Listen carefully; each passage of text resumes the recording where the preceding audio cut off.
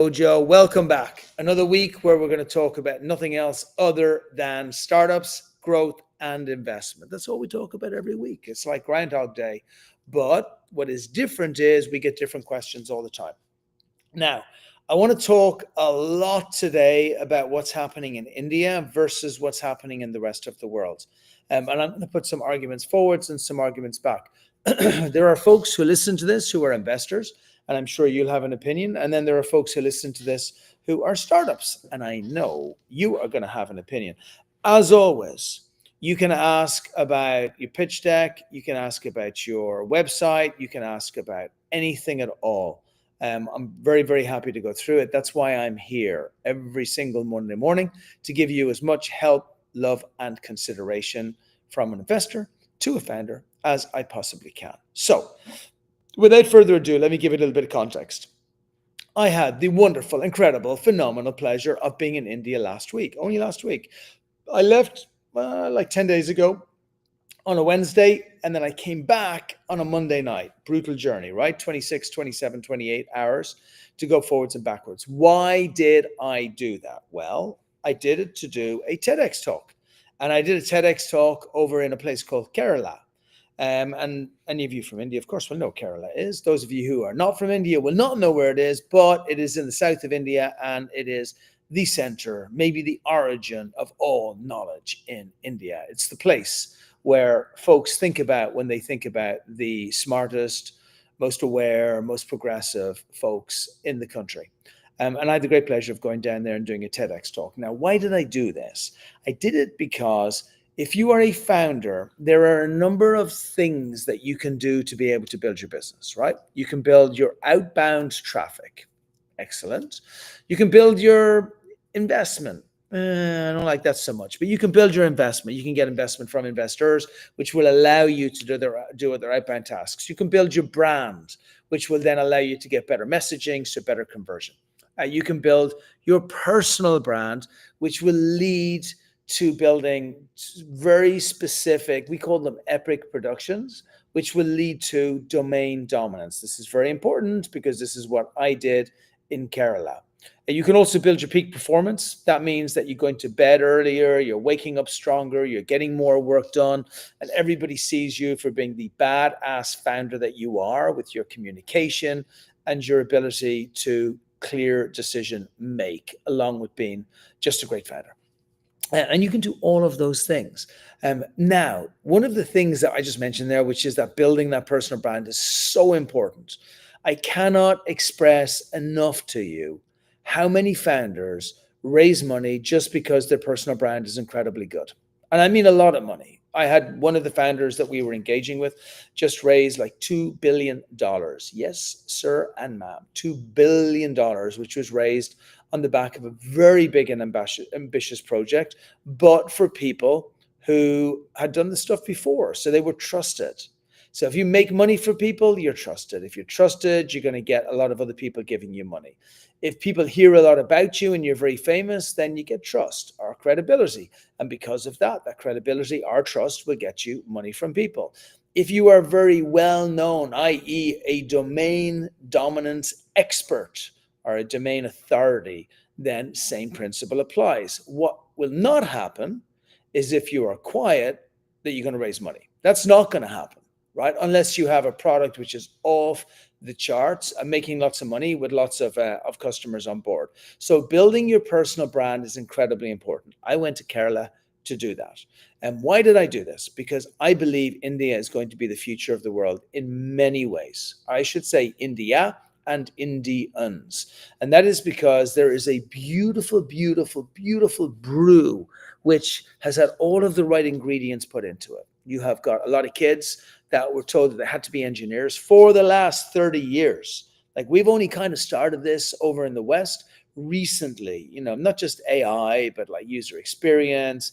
Our degrees were still about business 5 years ago. It's only recently that we've evolved up to this stage. But in India, like kids have been, doing engineering degrees for years and years and years. IIT, very strong, staying on education. Work ethic, We know because of everything that's happened in the past, whether it's the English or anybody else, there's an incredible work ethic from a group of people who believe they have to be able to strive forward and they cannot rely on other people to do it for them. I believe that this is actually a huge part of any nation breaking through. And if we go back to Israel and we look at like, how is it possible that so few people in a country have had so many unicorns and such huge success in startups? It's because of where they've come from, right? What Israelis have gone through, there's no way they're going to allow it again. And so because of that, they took control of it themselves, and their work ethic is just on a different level. I believe Indians are in exactly the same place.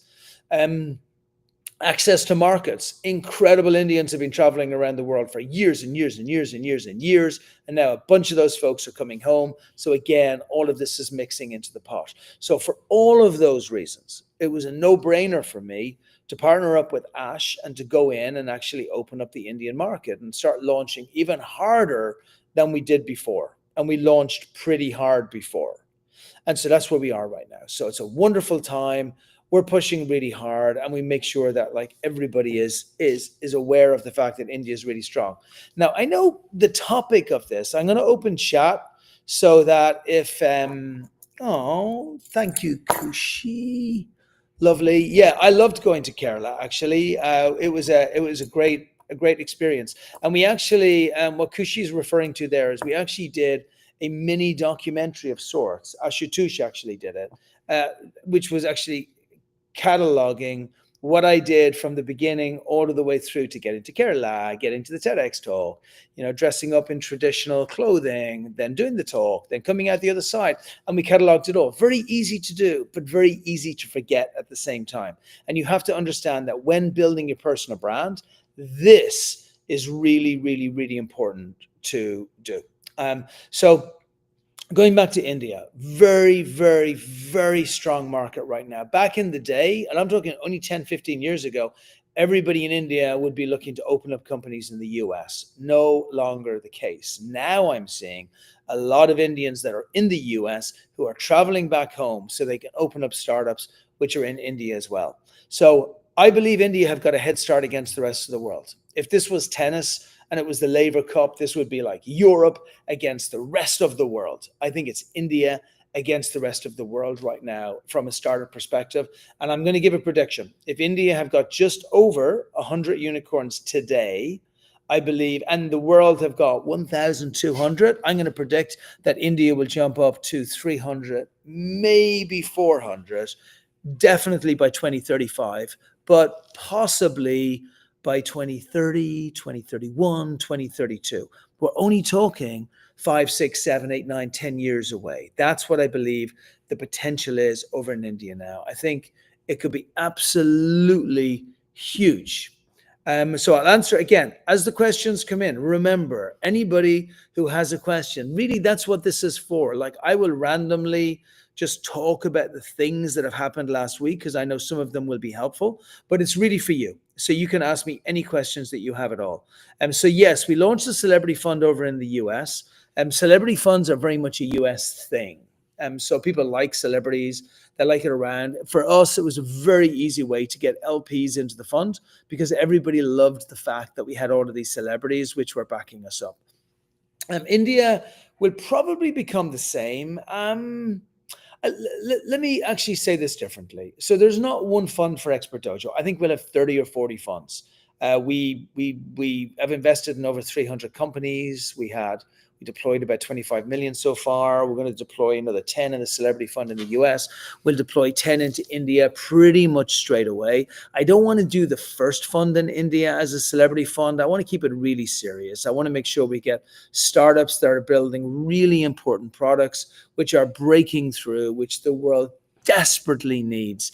And we know that we've got the right recipe between the founder, the product, the market, and we can focus just on that. And that way, that whether it's investors or people that are just going to support you, they're doing it for the right reasons rather than just because we've got a fund. But it's not actually my birthday, but it was my birthday only a couple of weeks ago. So thank you, Bhargav. I appreciate that. That's very nice of you. But yeah, India, I think we'll do the first cohort first. We're actually going to launch our first cohort in less than a month's time, beginning of August. So if any of you are raising money right now, we will be deploying initial checks of $100,000 and follow-on checks within a 3-year period of up to $1 million. The only thing you have to do to hit the follow-on check is grow, grow, grow, grow, grow. Expert Dojo we're really growth hackers. I know we call ourselves a fund, and I suppose we should because we've invested in so many companies. But really, what we think of ourselves as, what we're proud of ourselves for doing, is growth hacking. And growth hacking is when you come into an organization or you are in an organization and you are focusing on every single aspect of growth and how you can actually bring those aspects through. Again, what I really like about Indian founders is their openness to growth, right? Nobody feels like that you know everything or that you already have it all lined up. There's almost this assumption that the rules have been unwritten yet, but there's a lot of people out there who have a lot of knowledge that you're going to take that knowledge from. And so we bring that knowledge of growth hacking in straight away, right in on the accelerator straight away. So we're going to work through as the areas we really believe are important: the outbound, the branding, the personal branding, and the peak performance, all of the areas to make sure you're strong. And look, even though we continually say, do not rely on raising investment to be a great startup, rely on raising great customer relationships to be a great startup, we are also aware that you need investments. Like one of our companies just raised 22 million today. Actually, it should have closed in the last half an hour or so. But that company need that. But before they raised that 22 million, they only raised a small amount of money and everything else was based on revenue. Their revenue got up to $1 million a month within a 12-month period. That's what we're talking about. You focus on the customer and you won't go a lot wrong. So what else is happening in the other regions in the world? If the topic of this talk today is around India as a market versus the rest of the world as a market, it's kind of a two-way market. I want founders who are in the US to hear this because you need to know what other markets to break into and where the opportunities are. I want investors that are in Latin America, investors that are in Europe, investors who are in India to also see this as well, because we have an advantage over pretty much anybody else.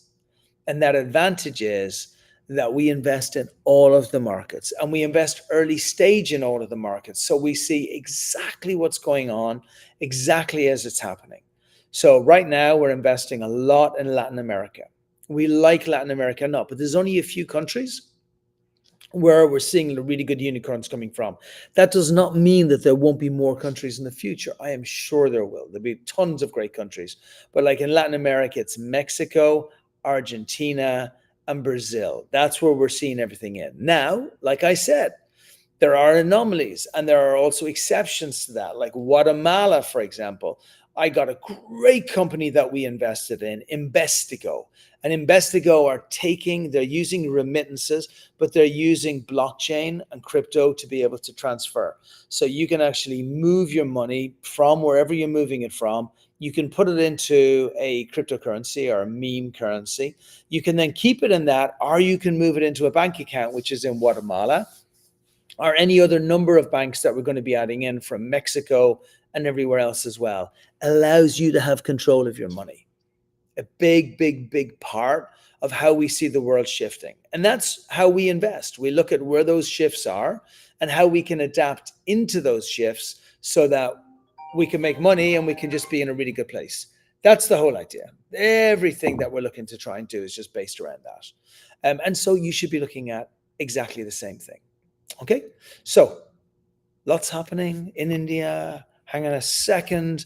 Let me throw in another one right here. Single founder likely to get investment. I like it when you do this, by the way. Pepper me with questions just while I'm going through all of these individual topics. And then I'll jump back to the topics after I finish going through the questions. I'm a single founder. So look, it's not so much about can a single founder get investments. It's more about what are your skill gaps. I think there is definitely something to, is it more risky to invest in a single founder than a multi-founder? Yes, but also like co-founders bring their own challenges too. Co-founders more than often break up. So suddenly you could have 50% of your company gone because you have a co-founder that did not vest. And that's something you have to be terribly careful of. And I look at like everything that we have here. I'm a single founder. What's the one thing I know? I know my co-founder is never going to let me down, right? At least when I started the dojo. Now, as I'm opening up new markets, I go into India. Ash is my partner in India, and I'm delighted to have a partner. Like, I wouldn't be able to do it on my own. It would be impossible.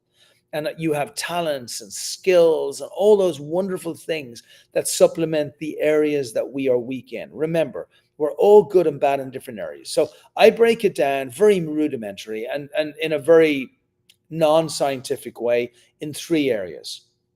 We are either good at business development, like really, really, really good, or we are incredibly creative, or we are very logistically focused. So you know the way there are some people who they run out of the house and they're going and all they can think about is where they're going to go to. Another person will check the taps, will check the windows, will check the door, will check the alarm, will make sure that everything's perfect. Like that's the person. That's that logistics and process driven person.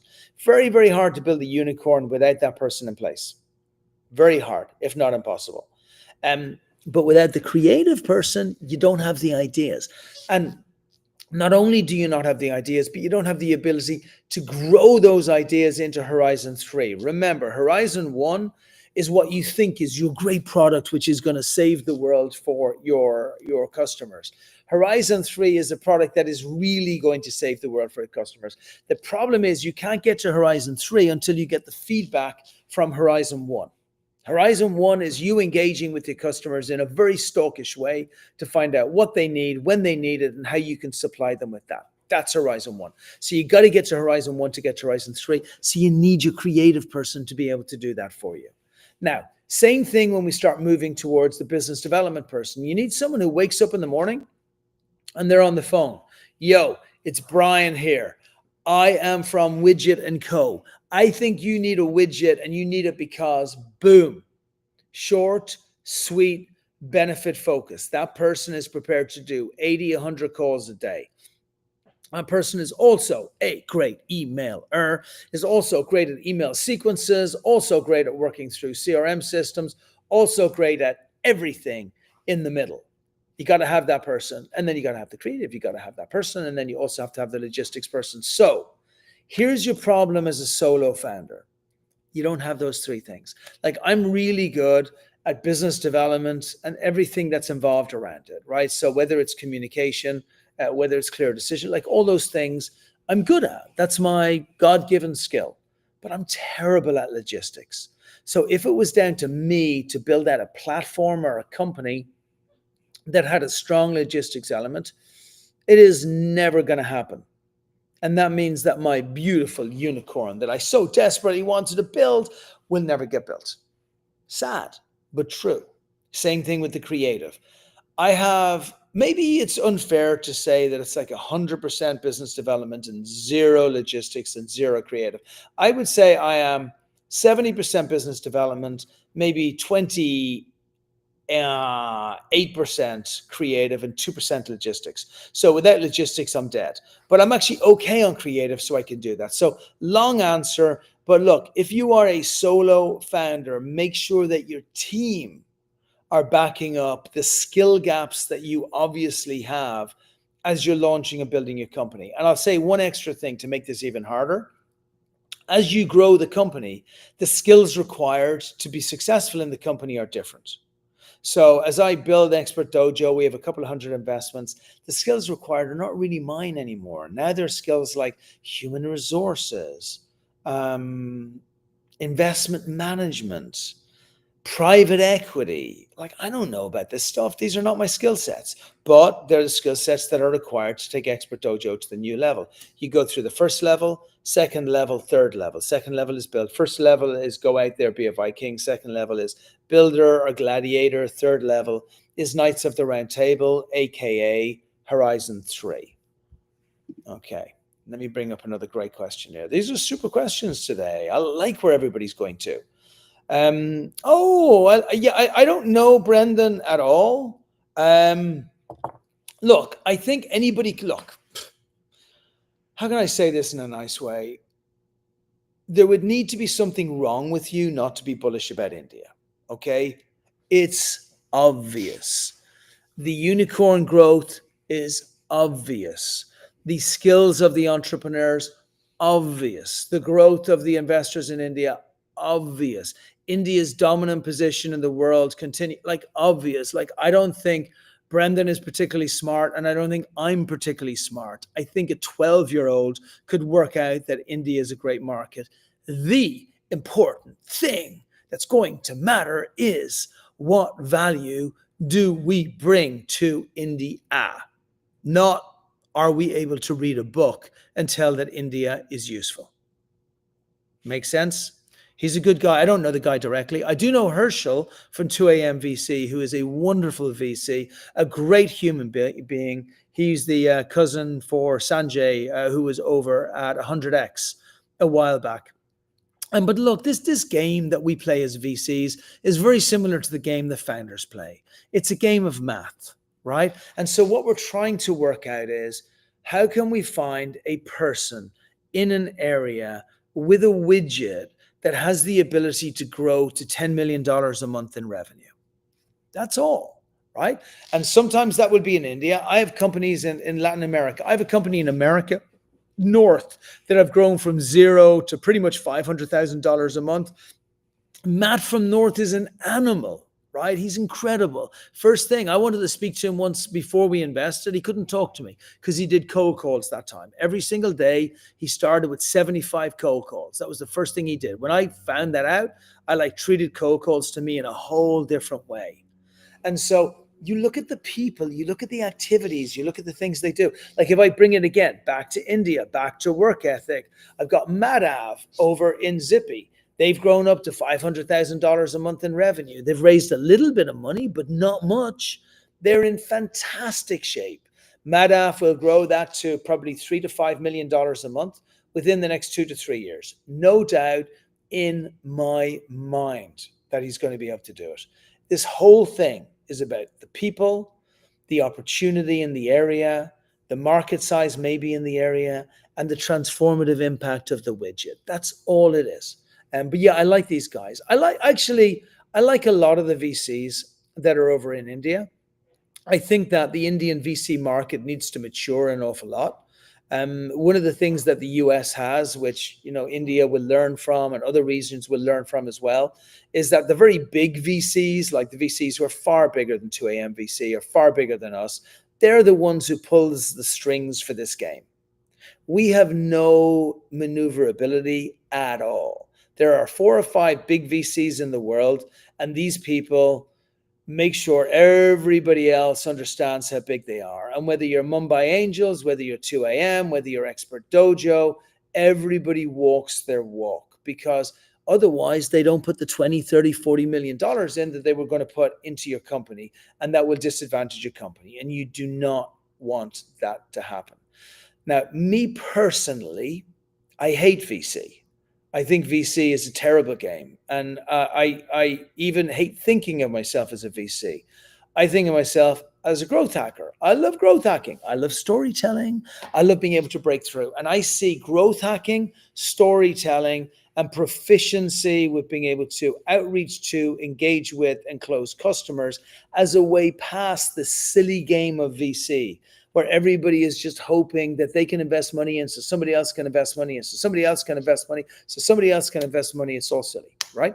And so I just want to have an amazing relationship with customers, which leads to customers buying more products, which means to increase in revenue, which leads to a unicorn. The unicorn metrics are very simple. We've been investing in India for 5 years. So I know India very, very well. Our companies in India, DocuFi, are doing incredible over in India. Mugafi, I think Mugafi will be our first unicorn over in India. They're super close right now. I can't tell you their revenue, but if I did, it would make your eyes water. Vpool is like an incredible CEO over in that company, and we're just about to do a release of their latest movie, which is going to be a blockbuster if it is not already one. But like this model is all math. That's all it is, right? So it's just 200% growth every year for 5-6 years.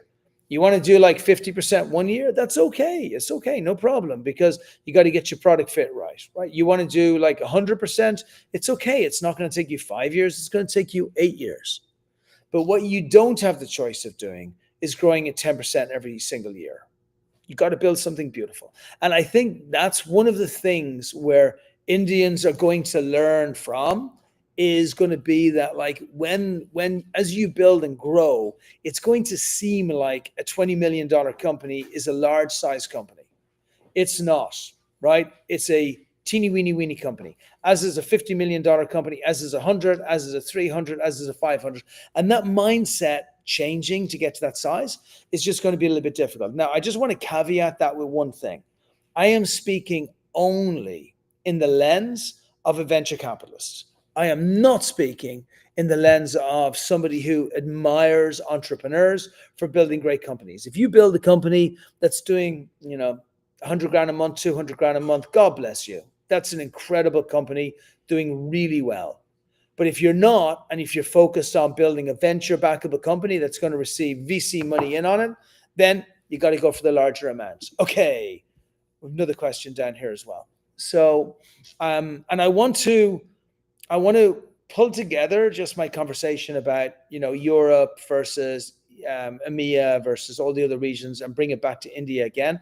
But please, again, in the last 10 minutes or so, keep peppering me with any questions if you want. So I really like Hacker House as well. I think they did that with Draper, right? And they have the Draper units, or maybe Draper did it separately, but I really like what those guys built. I don't think it's part of our model, but I think it's a beautiful thing.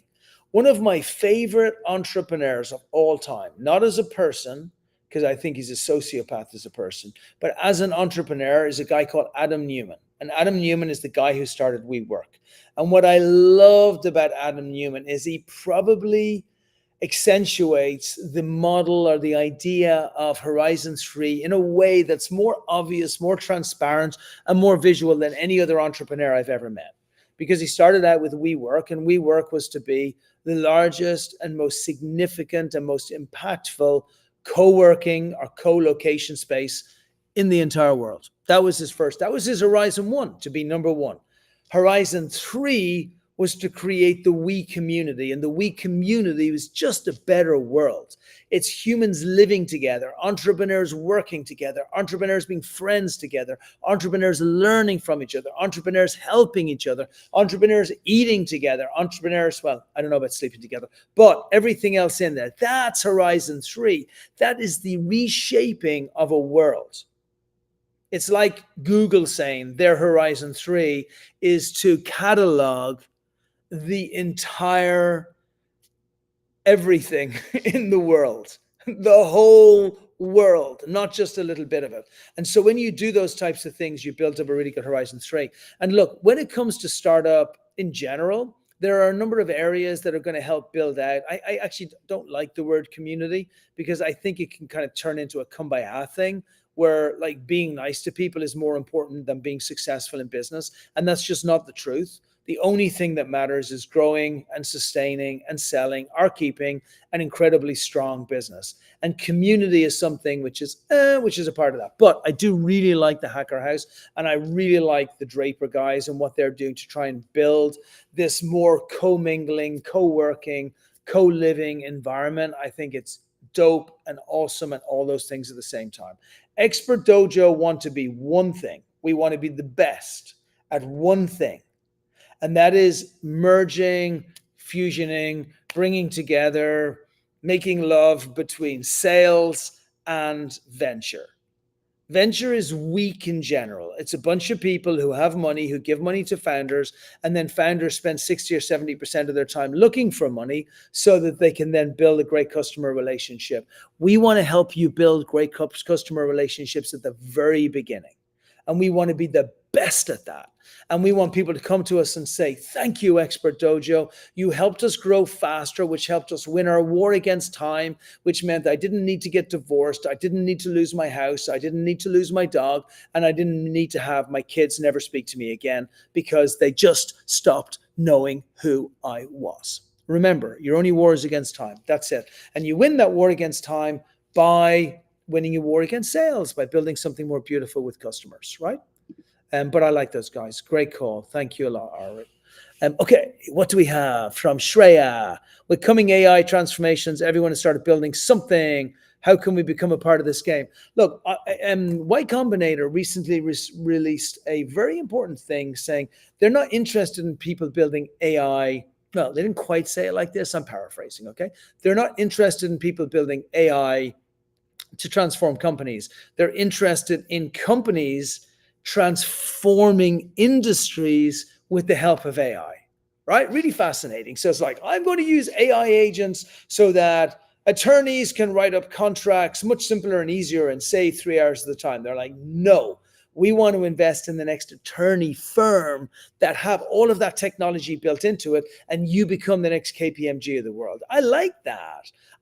Sometimes when I'm dealing with marketing agencies, I struggle a little because I think, if you were as good as you say you were, then you would just be selling stuff and you would not be selling your services to other people. And so Y Combinator are taking that similar approach, like build out that great company and we'll invest in you. Now, of course, they're also going to be investing in AI as well. But just think of it like this.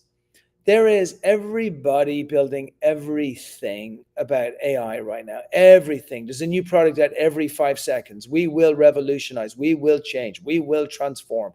The world will never be as it was before. Yes, but let me tell you something. There has never been a customer in the history of the world that woke up in the morning and said, I really would love if somebody sold me more AI today. Nobody. They want to be transformed. That's why I like what Y Combinator are saying. This is not just about, look, there will be a few breakthroughs, of course, with an AI technology, which is incredibly good, which somebody would just buy up really fast because it helps continue to build the size of companies and continue to get shareholders return for larger companies. But the general thousands and tens of thousands and hundreds of thousands of companies that are coming out building some other useless thing in AI, you guys ain't going to get anywhere, and it's going to be a really tough time. So focus on transformative. That's all. What is transformative for customers? What can get up to a revenue of a couple of $1 million a month in revenue? And you just got yourself, a semi-unicorn, if not a full unicorn. That's all you need to do. You're just looking for a repeatable pattern that you can use to be successful in a way that is transformative to customers. And every day they're thanking God that you exist. You like it? I like the question, though. The question's great.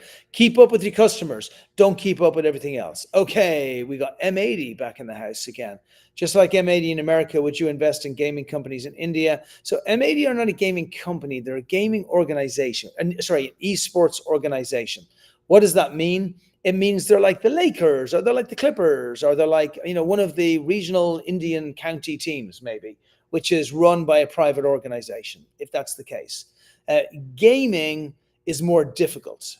I like that. Santana, you had me at the last bit, actually. So you should lead with the last bit. Always put that in there. Remember, investors don't care about product. Investors don't care about regions. Investors don't care about sectors. They may get excited, but they don't care. They care about returns. And if investors don't care about returns first, then they are terrible investors. There's like literally no exceptions to that rule at all. If you're investing your own money and you don't care about returns, first and foremost, then you're a charity. If you're investing other people's money and you don't care about returns, then you're an idiot. So you got to care about returns first. So you say to me, my company has grown 25x in the last 3 years. That to me is very interesting, right? It's all that matters. Remember, like I said, it's math. Like, let's say you're doing 10K a month in revenue. 10K a month with 200% is 30K a month. Let's say the following month you only get like 100% growth in revenue. So your 30 just grew up to 60% in revenue. Let's say 60K a month in revenue. Let's say now you're on year 3. You had a terrible year because you had to redo your product and get it ready. You're still on 60K a month, right? Let's jump into year 4. And let's say you did an amazing job on your product. You banged it out of the park. Your 60K a month has just turned into 180K a month. Now you're on year 5, it's $180,000 a month. You are going to follow one amazing year with 200%, with another amazing year of 200%. And that's going to bring you from 180K to $540,000 a month. Now you're on year 6, year 5 or year 6. Then we're going to say following year, you're just going to bang it out of the park with 100% growth. You did 200s in a row. Let's go for 100. Now you're on $1,080,000 a month in revenue. God bless you. You are doing amazing. Now look, you only have to have like 2 or 3 years after that, and you're suddenly at 4 or 5 million a month, and you got yourself a beautiful little unicorn. And so look, I have companies that have hit that in 1 year, but I have companies who've hit it in 5 years. I don't mind. As long as you won your war against time and you managed to get it to that type of level, now you are a player. Damn, well done. I like that. So yeah, really good. Good on you. Lead with that. If somebody says to you, what's your name? My name is $880,000 in revenue every single year. You know what my name used to be? I changed it from $34,000 a year in revenue. 25X is my other name. That's what my friends call me. That's my nickname. You know, what does your company do? Who cares? You know, who's your team? Who cares? You know, what's your plan for the future? Okay, that's interesting. I do want to know that. But your revenue growth from where you are right now, that is the only thing in the matter that cares. Every single investor wants to catch a company. They want to catch a tiger when that tiger is running away. Well, actually, you don't want to catch a tiger. You want to catch a train when the train is just about to leave the station. You don't want to be running after the train left 5 minutes ago, because you're not going to catch it. I love that. Well done. That's amazing. Yes, I love companies. Are you kidding me? They're my babies. I love that. Something doing like 60, 70K a month. Okay, top 5 things I observed with India. What do you think India needs to become the next unicorn? Well, okay, so number 1, it's not dangerous. The US is actually way more dangerous than India. It's got nothing to do with unicorns, but I think it's very, very important to say. Number 2, my TEDx talk was about how India cannot copy the United States, because if India does, India will lose her soul. Because what I know about India is an interconnected world whereby the things that you do in this lifetime will reverberate in time. And so do bad stuff, you're coming back as a cat, a dog, a cow. Well, not a cow, because cows are cool, but maybe a cockroach, right? You're coming back bad. You may have to come back like 4 or 5 times. That sucks, right? So do good, right? So it's not that nobody's going to steal from you or you won't have a tough time. Like, people are people, right? But there is that feeling that karma must prevail. Guest is God, all of those wonderful things, the order of life and how life should be. That is not what we have over here. Over in the US, it is a net zero-sum game. That means for me to win, you have to lose.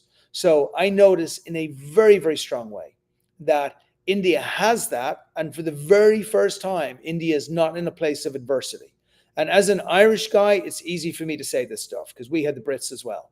And so after that, that wreaks havoc on a place. It wreaks havoc on confidence, experience, ability to grow, or even imagining that you can build out a unicorn. But India has done an unbelievable job going past it, right? That's the second thing. So number 2, don't lose that. You cannot lose that. So you can't. So I'll actually combine number 3 with number 2. Don't chase venture capital. Chase customer love.